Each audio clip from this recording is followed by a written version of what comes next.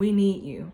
Regardless of what society says, regardless of what the feminist movement talks about, we need you. You are valued. You are important.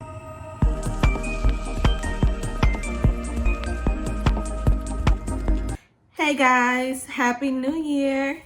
I feel like it's been forever since I've done a video, but I wanted to come on here because this topic has really been pressing on me, so I wanted to share my thoughts with you guys.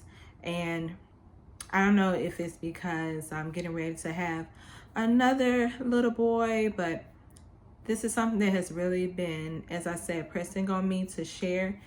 And going into the new year, going into 2026, I definitely think this is something that we should all think about, especially in the body of Christ. Okay? So I want to talk about the topic of the necessity of men. Men being necessary in our society, in our homes, in our families, in our church. Men are necessary. And one of the reasons why I wanted to talk about this is because I came across a statistic of last year, I would say the last couple of years probably, at least, that the second leading cause of death for younger men is suicide. And it made me think about the societal pressures that men go through. As someone who has a son and with another son on the way, it just really made me want to tackle this topic that men are necessary. They're necessary in our homes, they're necessary in our society, they're necessary in our church. Godly men who hold up a biblical standard, you all are necessary. And I never want to be a part of a world where men aren't valued, men aren't seen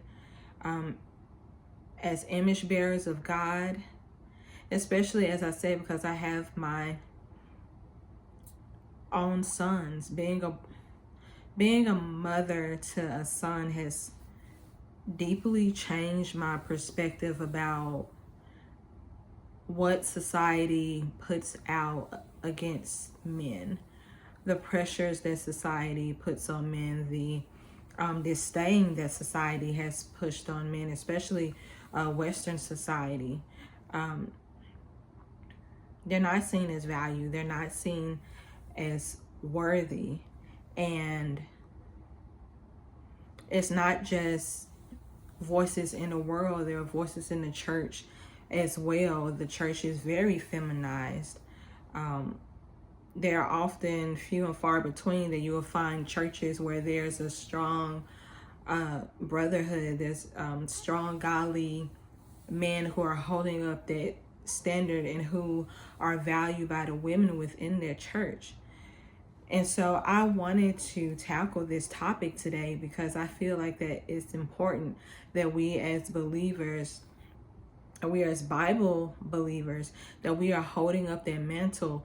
And if you are listening to this and you are a woman,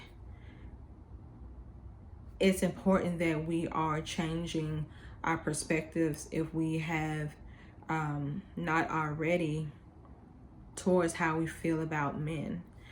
This society has created this war of male versus female, and this is just another plot, scheme, and trick of the enemy to keep us divided. And there's a reason why God gave Adam Eve. He needed a helpmate, and Eve needed a leader. And I know we don't like using terms like submissive and things like that because for some reason those are curse words, but God's order for the family is perfect. And when that order is set, there is fruit that comes from that. Not just the fruit of children, although that is part of it, but godly fruit, blessings and prosperity and peace and every fruit of the Spirit. And so going into 2026, my prayer is that we will be more intentional with uplifting the men in our lives, the men in our church, the men in our families, our own kids,